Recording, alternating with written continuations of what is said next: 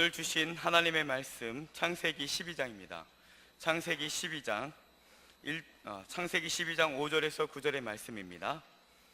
하나님의 말씀 창세기 12장 5절에서 9절의 말씀입니다. 제가 읽겠습니다. 아브람이 그의 아내 사레와 조카 롯과 하란에서 모은 모든 소유와 얻은 사람들을 이끌고 가나안 땅으로 가려고 떠나서 마침내 가나안 땅에 들어갔더라.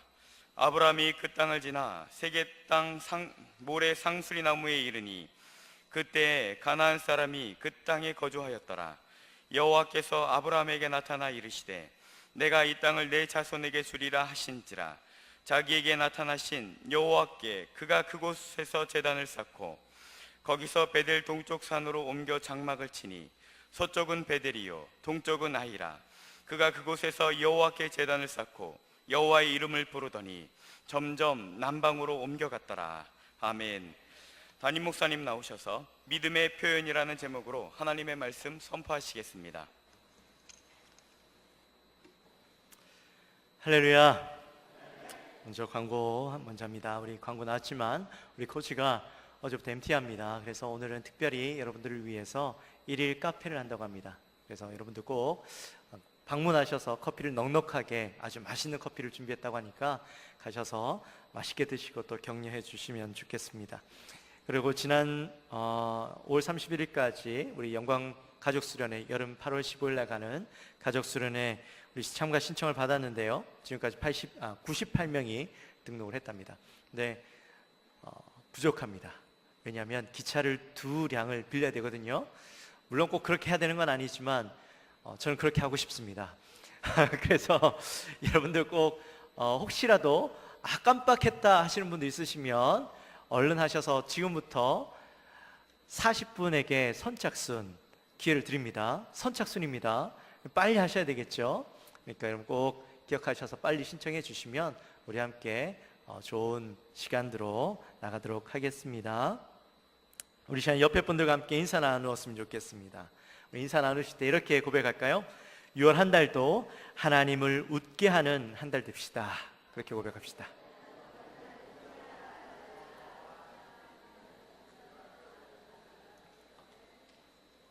이부에는 보니까 6월 한 달도 하나님을 웃게 하는 한 달이 됩시다 라고 얘기했다니 6월 한 달도 웃게 하는 한 달이 됩시다 라고 얘기하더라고요. 하나님은 쏙 펴놓고, 하나님 쏙 펴놓으면 안 되죠, 그렇죠? 우리 다시 앞뒤로 인사하실 때에 6월 한 달도 하나님을 웃게 하는 한 달 됩시다. 그렇게 고백할까요?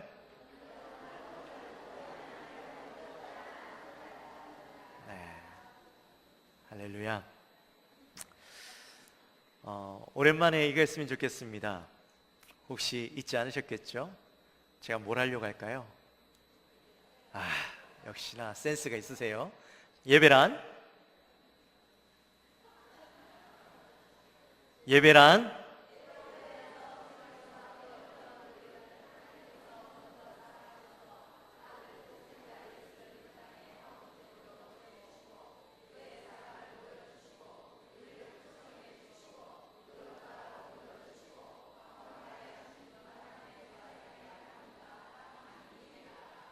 아멘. 이거 짧게 줄이면 할렐루야. 그래도 잊지 않고 기억해 주셔서 감사합니다. 네.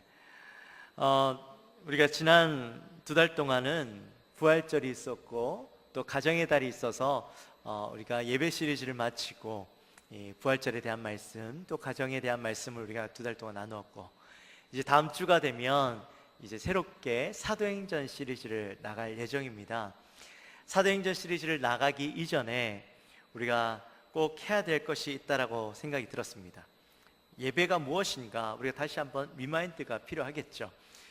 예배에 대해서 우리가 다시 한번 생각할 수 있는 시간이 있었으면 좋겠다라는 마음이 제게 있어서 이제 사도행전을 한 주 미루고 여기다가 다시 예배 시리즈라고 얘기할 수는 없겠죠. 예배 후속 시리즈를 제가 넣었습니다.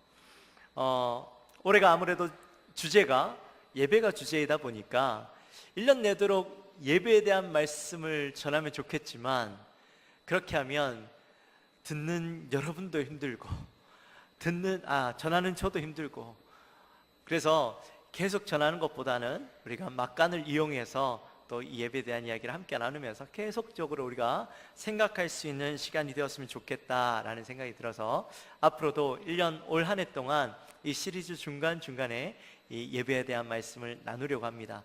여러분 잊지 마시고, 제가 순간 예배란이라고 던져도 당황해 하지 마시고, 뭐부터 나와야 되겠어요? 뭔지 전혀 기억이 안 나는 게 아니라 최소한 죄부터는 먼저 시작할 수 있게 되시기를 주님의 이름으로 축원합니다. 축원합니다. 여러분 혹시 여러분 중에 매일 알람이 울리시는 분 있으십니까? 알람 매일 울립니다. 새벽에 아침잠을 깨우는 알람이 울립니다. 그 아침잠을 깨우는 알람 말고, 제가 설교 시간에 여러분들에게 말씀을 전하면서 예배를 준비하라 라는 알람을 우리가 맞췄었죠. 기억하십니까? 그 알람이 여전히 지금도 울리고 있는 분 한번 손 들어볼까요? 할렐루야, 할렐루야. 아유, 감사합니다. 아직까지 알람이 울리시는 분에게 하나님의 놀라운 축복이 있기를 주님의 이름으로 축원합니다. 하시는 분만 아멘 하신 거죠. 제가 사랑방장님들과 함께 이 사랑방 공부하면서 제가 한번 여쭤봤어요.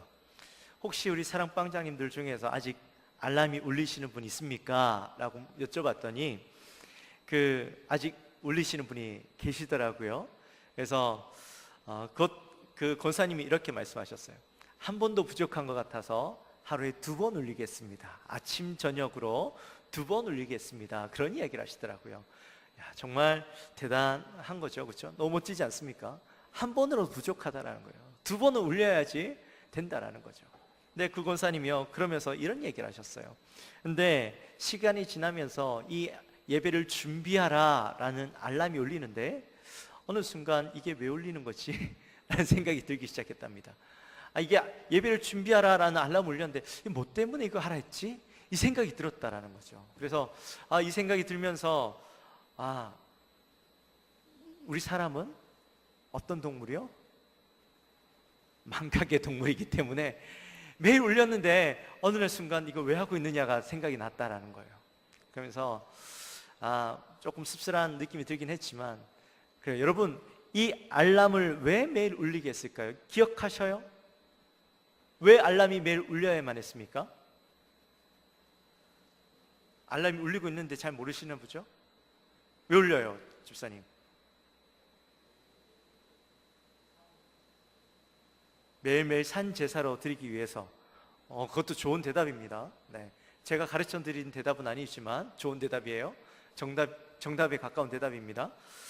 우리가 일주일을 예배를 준비하는 삶을 살고, 또 예배를 준비함으로 오늘 우리가 이 시간 주일 일주일 한번 드려지는 이 예배의 시간에 최고의 예배로 하나님 앞에 올려드리고, 또 준비된 예배로 하나님께 올려드리기 위해서 우리가 매일매일 알람을 울리게 했던 것이죠.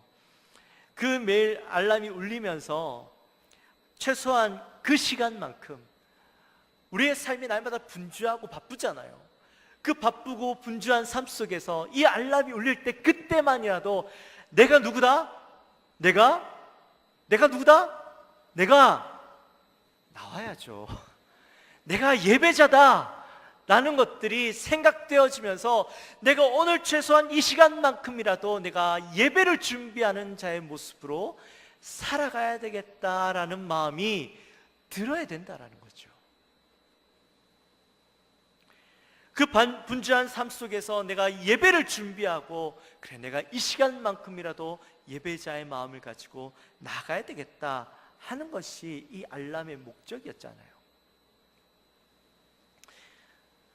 매일 여러분 한 번이라도 알람이 울리면서 내가 누구다라는 것을 아는 사람, 최소한 내가 예배를 준비하는 마음을 가져야지라는 마음을 먹은 사람과 그렇지 않은 사람과 주일날 예배 자리에 나왔을 때 그 사람의 예배의 모습은 어떠할까요? 같을까요? 다를까요? 당연히 다를 수밖에 없겠죠. 예배를 하루에 한 번이라도 생각한 사람이 더욱 더욱더 하나님 앞에 진실된 예배, 준비되어진 예배를 드릴 수 있지 않겠습니까? 우리가 올해 살아있는 예배자를 세우는 교회라는 주제를 가지고 우리가 함께 나가고 있는데, 최소한 올 한 해만큼이라도 이 주제에 무색하지 않도록 내가 정말 하나님 앞에서 온전한 예배자, 매 예배 때마다 살아있는 예배자로, 우리 집사님 말씀하신 것처럼 내가 하나님이 기뻐하시는 산 제물이 되기 위해서 매일매일 노력하는 삶을 살아가는 그러한 모습이 우리 안에 있어야 할 것입니다. 여러분, 그러한 예배자가 되기를 주님의 이름으로 축원합니다. 여러분, 그렇게 하기 위해서 어떻게 해야 될까요? 우리의 전화기에서 알람을 지운 것을 하나님 앞에 깊이 회개하고 다시 한번 알람을 맞추는 은혜가 여러분들에게 있어야 되겠죠. 예배를 준비하라 울리면서, 그렇지, 내가 잊었지만 다시 한번 예배를 준비하며 오늘의 삶을 살아야 되겠다. 그 마음을 먹는 저와 여러분이 되시기를 주님의 이름으로 축원합니다. 오늘은 우리가 그 예배 시리즈 후속으로 포스트 월십 시리즈로 우리 아브라함의 예배를 함께 나눠보려고 합니다. 여러분, 아브라함 하면 뭐가 생각이 납니까? 그렇죠, 믿음의 조상. 아브라함은 우리가요 믿음의 조상이라고 부릅니다. 그런데 그가 이 믿음의 조상이라고 불리게 된 이유가 뭘까요? 믿음의 조상이라고 불리게 된 이유, 그것은 바로 그의 인생을 통해서 하나님의 약속을 믿고 바라보고 흔들리지 않는 믿음으로 그 삶의 끝말씀에 순종하는 삶을 살았기 때문이죠. 그의 평생 동안 하나님의 약속을 절대로 잊어본 적이 없었습니다. 그래서 그를 바로 믿음의 조상이라고 부르는 것이죠. 사실 아브라함은요 처음부터 하나님을 믿었던 사람은 아니었습니다. 그가 비록 셈의 후손이긴 했지만 그 후대들이 살아가면서 하나님을 잊고 우상을 섬기며 살아갔던 사람들이었습니다. 여호수아 24장 2절 말씀에 보면 여호수아가 이제 세겜 땅에서 이제 그의 생명회를 이제 마무리하면서 마지막 설교를 하는 장면이 나오는데, 그 세겜 땅에 서서 첫 설교 가운데 아브라함을 언급하는 이야기가 나오죠. 우리 함께 말씀 한번 보도록 할까요? 같이 읽겠습니다. 시작. 여호수아가 모든 백성에게 이르되 이스라엘의 하나님 여호와께서 이같이 말씀하시기를 옛적에 너희의 조상들 곧 아브라함의 아버지 나홀의 아버지 데라가 강 저쪽에 거주하여 다른 신들을 섬겼으나. 아멘. 자, 아브라함의 아버지의 이름이 뭐라고요? 데라, 그렇죠? 아브라함의 아버지의 이름이 데라인데 그 데라가 무엇을 섬겼어요? 우상을 섬겼더라. 그가요 우상을 섬겼습니다. 그러니 당연히 그의 아들인 아브라함도 누굴 섬겼겠어요? 우상을 섬겼겠죠. 참고로 이 아브라함의 가족이 대대로 살아왔던 땅은 어디냐면 바로 갈대아 우르라는 땅입니다. 들어보셨죠? 이 갈대아 우르는요 우상이 만연한 곳이었고 또 상업과 무역이 굉장히 활발했던 곳이었습니다. 그래서 넉넉하게 사람들이 잘 살았던 그런 대도시였습니다. 그런 대도시에서 이 아브라함이 살아왔는데, 이제 우리가 흔히들 이 갈대아 우르가 나중에 이름이 뭘로 바뀌냐면, 제가 지금 정확하게 기억이 안 나는데 그 이름의 뜻이 석공들의 언덕이라는 이름으로 바뀌게 되었죠. 이 석공들의 언덕이라는 이름으로 바뀌어지는 이유는 그곳에 석공들이 많았기 때문이겠죠. 이 석공들은 무엇을 하는 사람들이었냐면 우상을 만드는 사람들이었습니다. 그러니 이 갈대아 우르 땅에 우상들도 많았고 우상을 만드는 사람도 많았고 그 땅에서 하나님을 모르고 살았던 사람들이 있던 곳이었다는 거죠. 하나님을 알지 못한 채 이 아브라함은 그저 평범하게 안정된 삶을 살아가며 특별히 사레라는 아리따운 아내, 정말 얼마나 아리따웠는지 전 궁금해요. 천국 가서 꼭 만나보고 싶어요. 이 사례는요. 이 나이가 80이 넘어도 그 여인이 너무나도 아름다워서 왕의 마음을 사로잡았던 여인이었으니 여러분 얼마나 아름다웠겠습니까? 그렇죠? 어찌되었던 그렇게 아리따운 아내 사례와 함께 행복한 삶을 살고 있었다라는 거죠. 물론 이 아브라함에게도 단점은 하나 있었습니다. 바로 사례가 아이를 낳지 못하는 그런 단점이었죠. 그러나 그것 말고는 너무나도 완벽하게 행복한 삶을 살고 있었던 삶이었습니다. 그런데 그런 아브라함을 하나님께서요 만나 주셨다라는 거죠.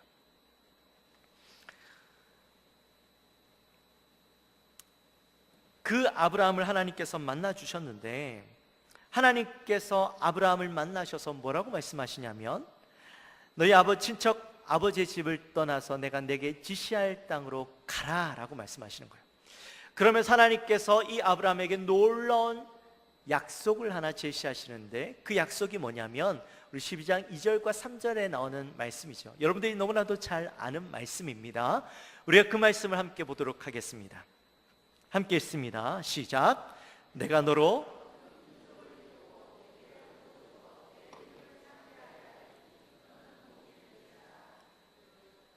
계속 너를 축복하는 자에게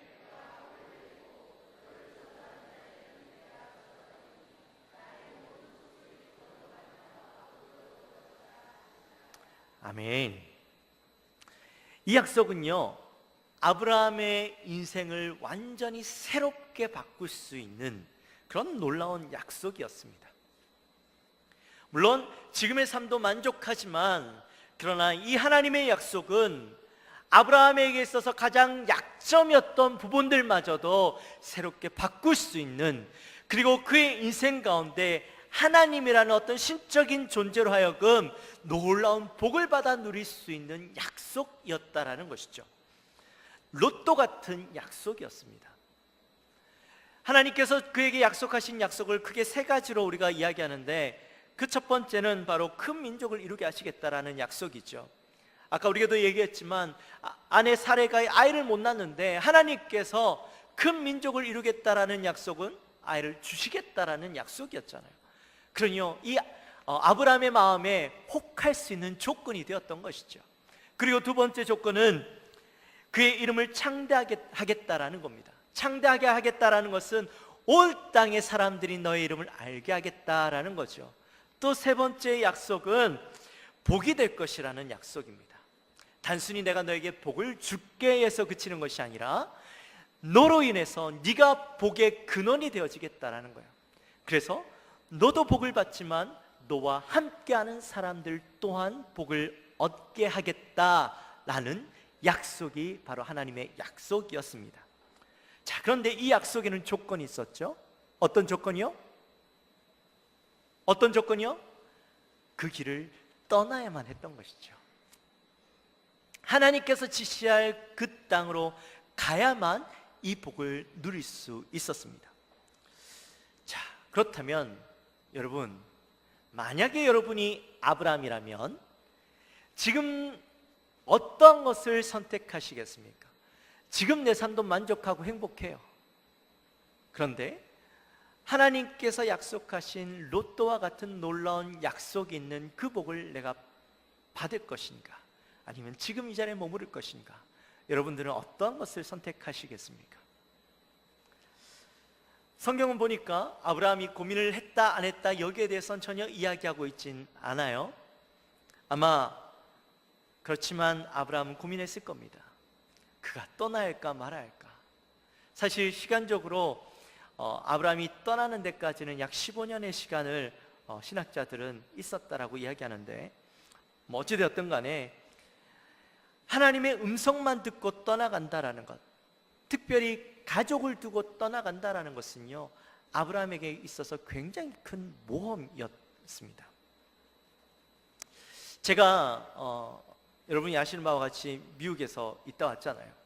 근데 제가 미국에 있을 때에 이렇게 이민 오신 분들 또 유학 오신 분들을 만나보면 그분들이 미국에 온 목적이 잘 먹고 잘 사는 것이 아니었어요. 제가 미국 가기 전에 지금부터 한 20년, 30년 이상 살았던 그분들의 미국에 오신 목적들은요, 잘 먹고 잘 사는 게 목적이었습니다. 열심히 일하면 성공할 수 있다라는 그 흔히들 이야기하는 아메리칸 드림을 꿈꾸며 미국에 오신 분들이었어요. 근데 제가 미국에 갔을 때 오신 분들은요, 한국에서 그래도 그럴듯한 직장을 가지고 있었던 분들, 또 한국에서 사업 잘 하시던 분들이 사업을 접고 직장을 접고 미국으로 오신 거예요. 그분들이 왜 오셨을까요? 그분들이 오신 목적은 자녀 교육 때문에 온 거예요. 제 마음 가운데 아니 굳이 그렇게까지 해야 되나 싶을 정도로 요즘 부모님들의 마음 가운데 가장 중요한 것은 아이들의 미래, 아이들의 교육이었다라는 겁니다. 시대가 바뀌면서 그 중요한 것들이 바뀌어져 갔죠. 근데 이 아브라함이 살았던 이 시대는요, 어떤 시대였냐면 족장 시대였습니다. 가족이 가장 중요한 시대였어요. 가족이 전부인 시대였어요. 족장이 누굴까요? 아버지, 할아버지가 족장이었어요. 그 할아버지와 함께 대가족을 이루어서 민족을 이루어서 함께 살아갔던 게 그 시대의 모습이었는데, 그런데 이 하나님의 약속을 내가 따르려면 이 가족을 버리고 그 길을 떠나야만 했던 것이에요. 가족이 된 사회 속에서 내가 하나님의 약속을 따라서 가족을 버리고 떠나간다라는 것은요, 아브라함에게 있어서는 굉장히 힘든 결정이었습니다.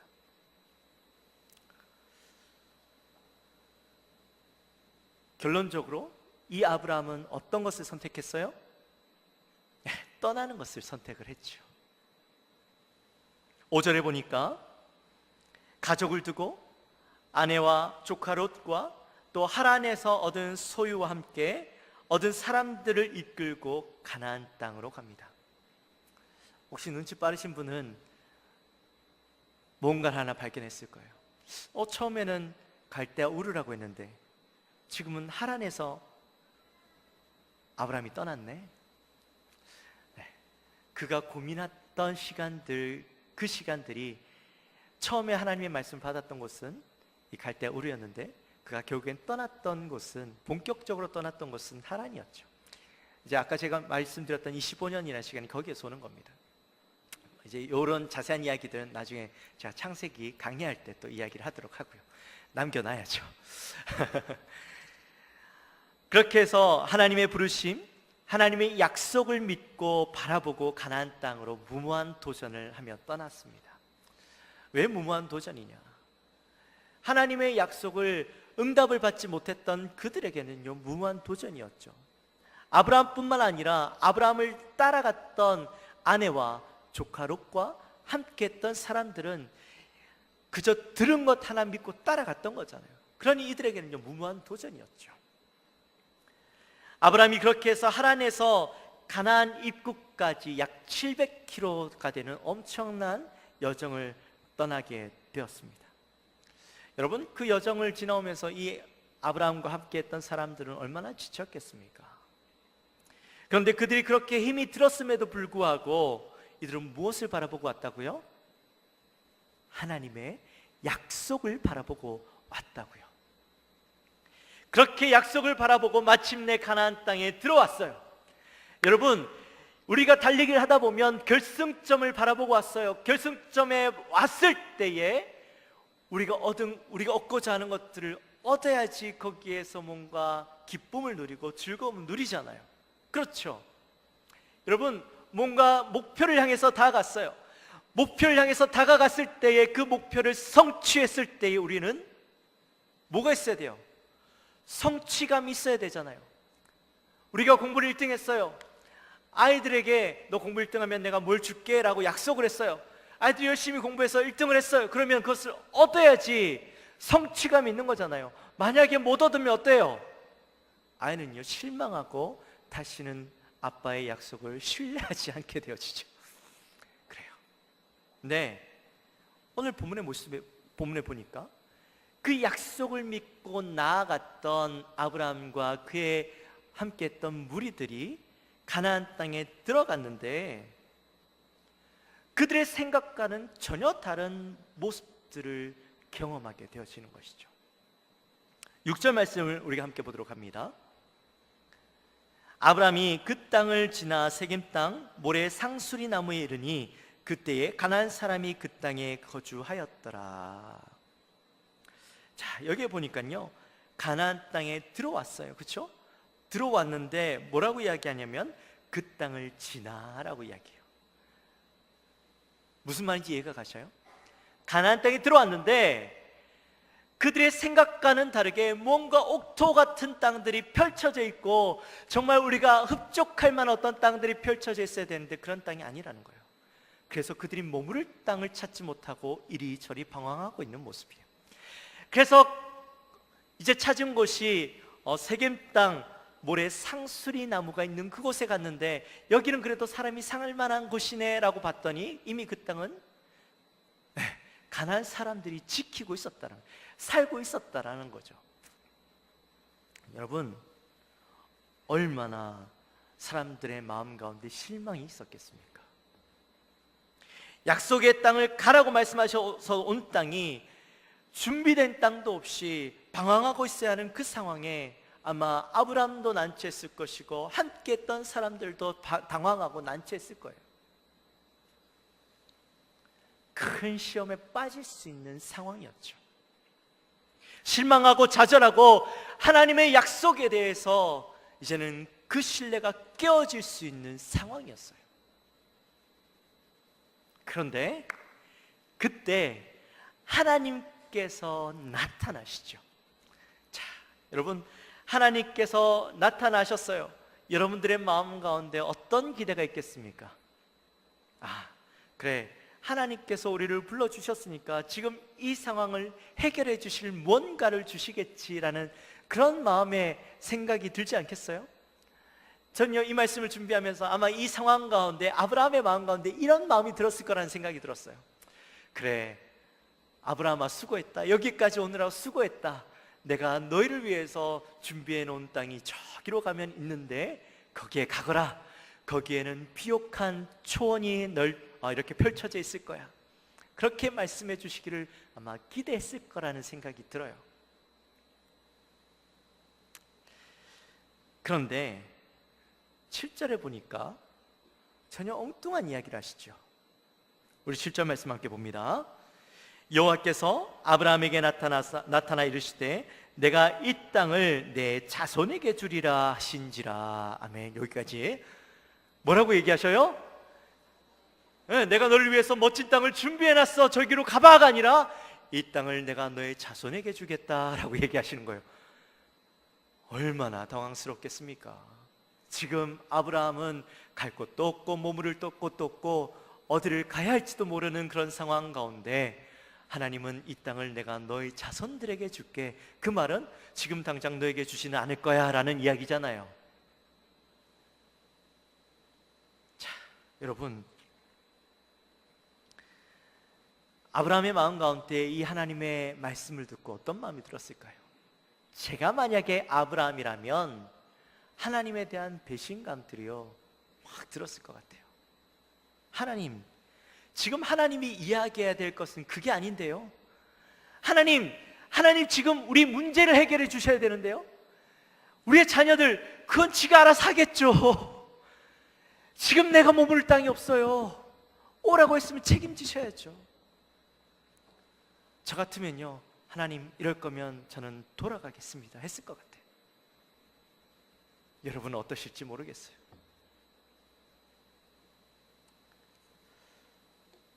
실제로 사도행전 7장 5절에 보면 이 상황을요 어떻게 이야기했는지 한번 봤으면 좋겠습니다. 사도행전 7장 5절 말씀을 우리 함께 봅니다. 시작.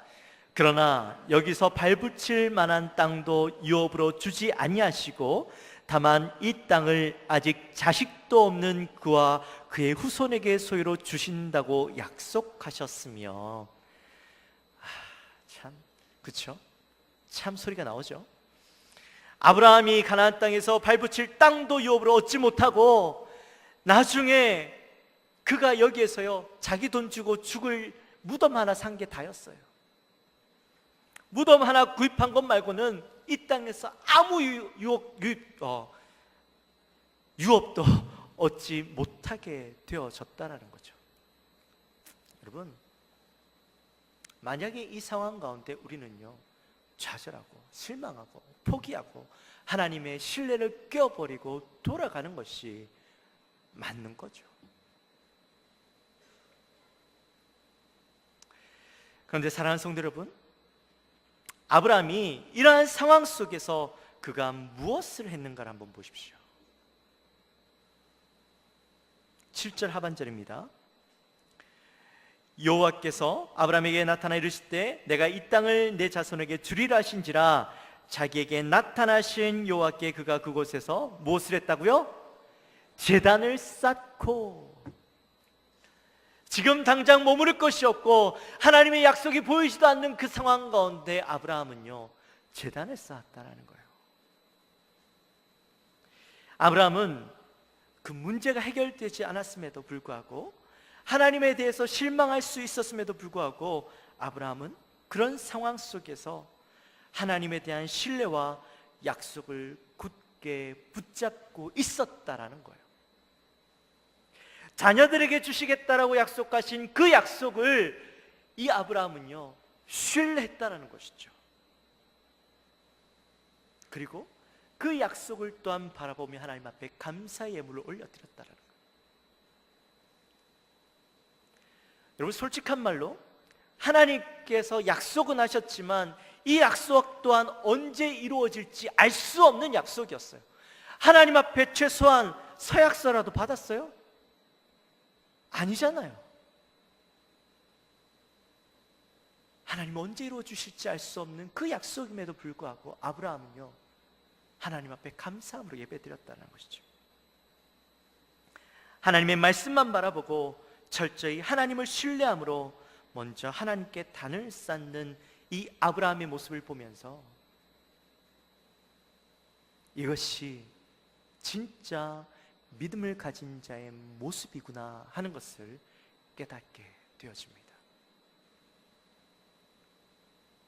이래서 아브라함을 하나님께서 믿음의 조상으로 세우셨구나 하는 것을 깨닫게 되어지는 것이죠. 아브라함이 쌓은 제단은 단순히 어떤 결과에 대한 감사의 제단이 아니었어요. 우리는 하나님 앞에 무언가 얻고 나서 감사하죠. 그러나 아브라함은 하나님에 대한 절대적인 신뢰로 예배했다라는 겁니다. 그가 볼 수는 없지만 하나님의 약속에 대한 믿음의 표현으로 아브라함은 제단을 쌓았던 거예요.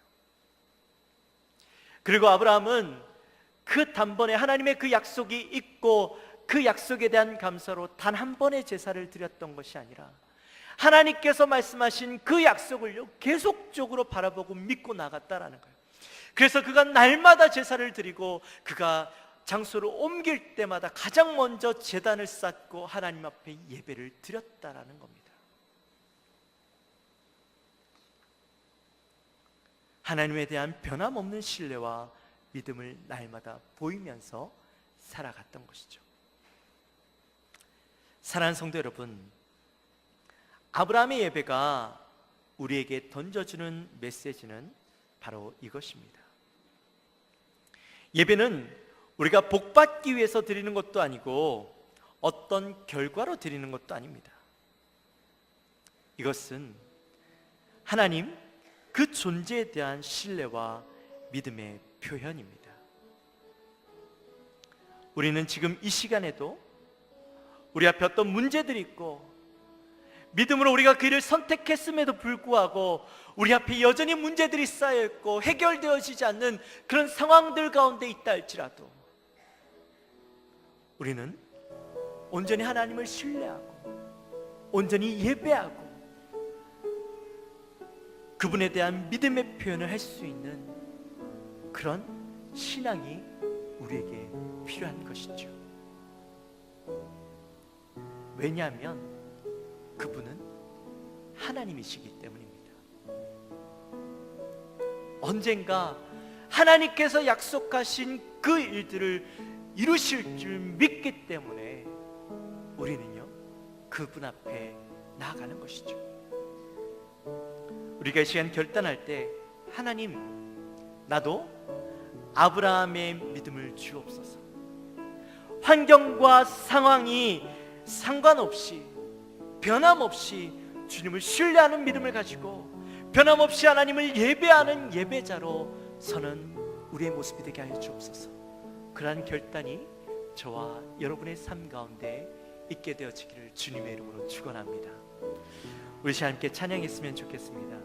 우리 시간에 찬양할 때에 우리 어저께나 오늘이나 언제나 아무 때든지 영원토록 변함없는 주님의 그 거룩한 말씀을 믿고 순종하는 그런 삶이 되게 하여 주옵소서. 우리 그 믿음의 고백을 우리 시간 함께 하며 나갑시다.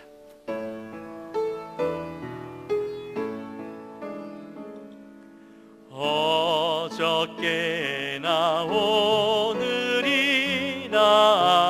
아무 때든지 영원토록 변함없는 거룩한 말씀 믿고 순종하는 이의 생명 되시며 한량없이 아름다운 깊은 말일세 어저께나 오늘이나 영원 무궁히 한결같은 주 예수를 찬양합시다. 세상 지나고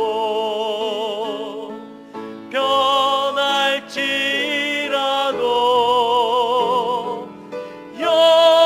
영원하신 주 예수 찬양합시다. 다시 한번 고백합니다. 어저께나 오늘이나 아무 때든지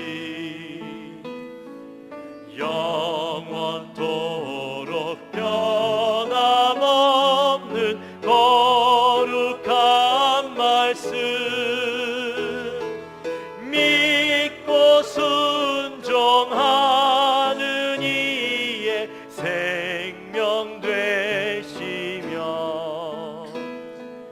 한량없는 아름다운 깊은 말일세 어저께나 오늘이나 영원 무궁히 한결같은 주 예수 찬양합시다.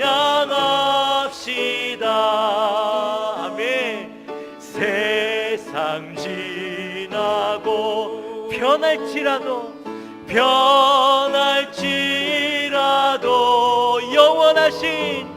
영원하신 주 예수 찬양하. 우리 후렴 한 번만 더 합시다. 어저께나 오늘이나 오늘이나 아무 때 이 한결같은 주 예수를 찬양합시다. 세상 지나고 변할지라도 영원하신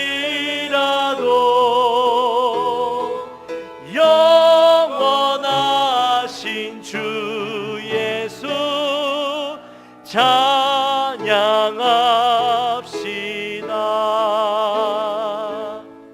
할렐루야. 우리 시간에 기도했으면 좋겠습니다. 우리 시간에 기도할 때에 하나님, 아무리 우리 앞에 세상이 변하고 환경이 우리의 상황 가운데 넉넉치 않다 할지라도, 우리가 하나님을 바라보고 나아가는 인생이었지만 그러나 그 문제들이 여전히 해결되어지지 않고 우리 앞에 놓였다 할지라도, 우리는 우리의 마음이 흔들린다 할지라도 주님을 끝까지 신뢰하고 바라보는 믿음이 있게 하여 주옵소서. 주님을 끝까지 사랑하는 믿음으로 나가는 우리의 모습이 되게 하여 주옵소서. 우리 마음을 가지고 함께 기도하며 나갑니다.